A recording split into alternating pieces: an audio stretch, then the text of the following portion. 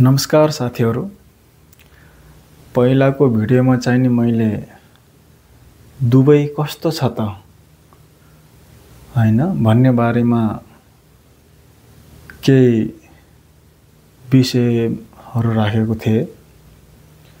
छोटो इतिहास हैन दुबईको बारेमा, दुबई सिटी कस्तो हो त र कसरी एसियाकै नम्बर 1 मा विकसित भयो भन्ने विषयमा हैन आफूले जे जति जानेको थिए बेसिक कुराहरू गरेको थिए। सायद लामो पनि भयो, अन्य कुराहरू पनि छुटपुट राख्न पाएको छैन, त्यसको बारेमा पनि बनामला भिडियो। दुबईको बारेमा त्यतै गहिराई रूपमा म यो भिडियोमा भन्दैन हैन, पहिलाको भिडियोमा भनिसकेको छु जे जति छ बेसिक कुराहरू।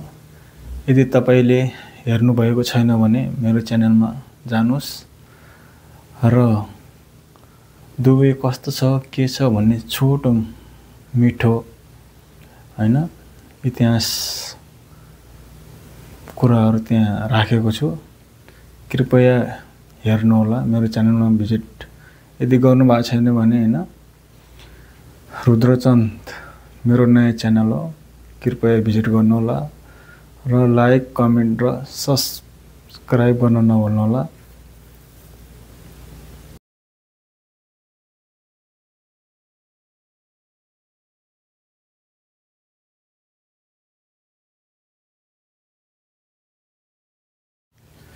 तर यस भिडियोमा भने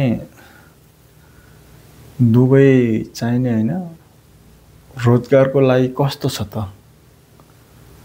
दुबई दुबई भन्छौं हामीहरु हैन, दुबई आखिर कस्तो छ रोजगारको अवसरको लागि हैन, जबको लागि भन्ने विषयमा म 2-4 वटा कुराहरू भन्न गइरहेको छु। दुबई सिटी हैन एसियाकै डेभलप कन्ट्री मध्ये, गल्फ कन्ट्री मध्ये हैन एकदम विकसित कन्ट्रीमा गनिन्छ। तपाईहरुलाई अवगत नै होला त्यो कन्ट्री हैन। प्लस रोजगारको लागि पनि यदि तपाईहरु पनि दुबई जान चाहनुहुन्छ भने हैन ठिकै छ, त्यति नराम्रो छैन। तर जानु भन्दा अगाडि एउटा राम्रो मेन पावर चाहिन्छ हैन। राम्रो एजेन्ट मार्फत तपाई जान सक्नुहुन्छ। तपाई कुन काम प्रति तपाई सक्षम हुनुहुन्छ हैन, कुन काम तपाईलाई आउँछ राम्रोसँग, कुन काम प्रति तपाईको लगाव, ज्ञान, नलेजहरु छ हैन, त्यसले पनि डिपेन्ड गर्छ। जस्तै अब कुकम्यान, ड्राइभर हैन, अन्य अब होटल म्यानेजमेन्ट सम्बन्धी पढ्नु भएको छ भने त्यसमा पनि छ। अनेक किसिमका रोजगारहरु हैन पाइन्छ दुबईमा। होटल लाइन, अफिसियली काम, अब स्पेशली धेरै जसो हाम्रो युवतीहरु चाहिँ क्लिनर्समा पनि गएको देखिन्छ, प्लस बिल्डिङ कन्स्ट्रक्सनमा पनि गएको देखिन्छ हैन। त्यो त आफ्नो सिप क्षमताले डिपेन्ड पर्छ। यदि तपाई दुबई जान चाहनुहुन्छ भने कृपया राम्रो सिप क्षमता हैन आफूले कुनै न कुनै काम सिकेर जाँदा एकदम राम्रो हुन्छ। र जानुभन्दा अगाडि त तपाईहरुलाई अवगत नै होला, विदेश जानु अगाडि त पासपोर्ट चाहिन्छ डेफिनेटली हैन। त्यो भन्दा पनि मुख्य कुरो पासपोर्ट त भइहाल्यो नम्बर 1 मा। तर सेकेन्डली के छ भने मेन पावर हैन राम्रो हुनुपर्छ, अथवा एजेन्ट तपाईले कुन देश जान चाहनुहुन्छ हैन त्यसको राम्रो एउटा एजेन्ट समात्नु पर्यो, मेन पावर समात्नु पर्यो। त्यसपछि राम्रो सीवी लेटर कभर बनाउनु पर्यो हैन। त्यसपछि मेन पावर चाहिँ नि राम्रो विश्वासिलो र भरपर्दो हुनु पर्यो। स्पेशली आफूले चिनेको जानेको हुँदा एकदम राम्रो हुन्छ। प्लस पोइन्ट फेरि त्यो भन्दा पनि मेन कुरो चाहिँ नि हैन सप्लाई कम्पनी हो कि डाइरेक्ट कम्पनी हो त्यो एकदम जान्न जरुरी छ। कृपया त्यसको लागि धेरै ध्यान दिनु होला। फेरि पनि भन्छु दुबई एकदम राम्रो कन्ट्री हो, त्यति नराम्रो छैन। दुबईको पनि आफ्नै रुल्स रेगुलेसनहरू छन् हैन, आफ्नै मान्यताहरू छन्। तर त्यहाँ धर्मको बारेमा एक्चुअली त्यो मुस्लिम कन्ट्री भए तापनि सबै धर्मलाई त्यसले समेटेको छ र हिन्दू धर्मावलम्बीहरूलाई पनि मन्दिरहरू सबै पाइन्छ। अन्य गल्फ कन्ट्रीमा चाहिँ पाइन्न। त्यहाँ धेरै सुविधाहरू छन् हैन। त्यहाँ गभर्नमेन्टले सबैलाई संरक्षण गरेको छ, सबै धर्महरूलाई मान्यता प्राप्त दिएको छ। प्लस त्यहाँको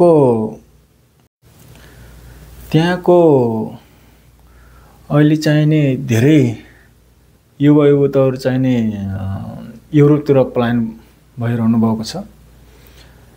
त्यसको फाइदा चाहिँ त्यो एउटा प्लस पोइन्ट के छ भने दुबईबाट छिटो नै भिसा युरोपको लागि ट्राई गर्न सकिन्छ। धेरै मेन पावरबाट तपाईहरुले देख्नु भएको होला हैन, सोशल मिडिया मार्फत हैन, धेरै जनाहरु धेरै मेन पावरहरु पनि दुबईमा पाइन्छन्। त्यहाँबाट पनि तपाईहरु अप्लाई गरेर मजासँग जान सक्नुहुन्छ। यस भिडियोमा चाहिने धेरै लामो बनाउँदैन हैन, सर्टकटमा भन्न चाहन्छु किनभने पहिलाको भिडियो धेरै लामो बनिसकेको छ। दुबई कस्तो छ हैन, केही कुराहरु राखेको छु, कृपया हेर्नु होला। यदि तपाई मेरो च्यानलमा नयाँ आउनु भएको छ भने कृपया लाइक, कमेन्ट, शेयर र सब्स्क्राइब गर्न नभुल्नु होला। दुबई चाहिने एकदम एसियाकै नम्बर 1 कन्ट्रीमा गनिन्छ हैन, विकसित त्यतिकै छ र अन्य कुरामा पनि राम्रो छ, सरसफाइको हिसाबले पनि धेरै राम्रो छ हैन। प्लस रोजगारीको लागि पनि एकदम उपयोगी देश छ।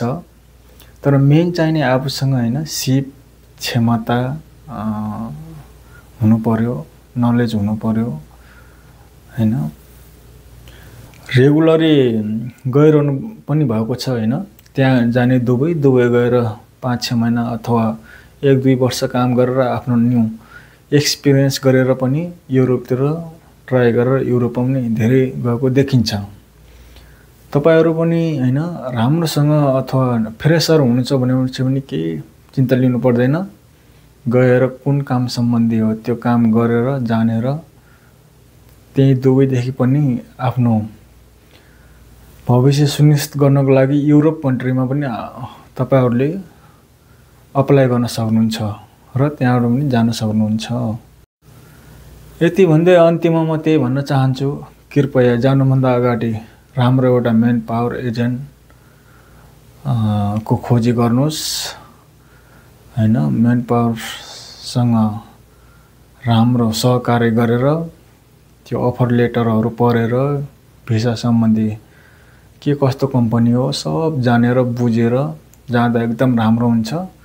र जानुभन्दा अगाडि त्यस देशको नियम कानुन र वातावरण के कस्तो छ बुझ्न जरुरी छ। दुबईको बारेमा त मैले भनि नै हाले, एकदम फ्रीडम कन्ट्री हो, सबै पाउँछ। सबै सरकारले रोकतेज गरेको छैन हैन, सबै धर्म अपनाउन पाइन्छ, कुनै भेदभाव छैन। तर त्यहाँको रुल्स रेगुलेसन चाहिँ फलो अप गर्नुपर्छ। बाकी फ्रीडम कन्ट्री हो, त्यस्तो अरु गल्फ कन्ट्री जस्तो हैन, साउदी जस्तो त्यति उकडा छैन। त्यही हो अब अन्त्यमा जानुभन्दा अगाडि सही सलामत हैन बुझेर जानेर र मेन पावरलाई त्यो आफू जाने कम्पनीको बारेमा राम्रोसँग नलेज र सिप क्षमता सिकेर जानुस्। स्पेशली त्यो कम्पनी डाइरेक्टली हो कि सप्लाई हो त्यति बुझ्न जरुरी छ हैन। ल भिडियो पनि धेरै लामो हुन आँटिसक्यो। यति भन्दै बिदा चाहन्छु। हवस् त, धेरै धेरै धन्यवाद। नमस्कार।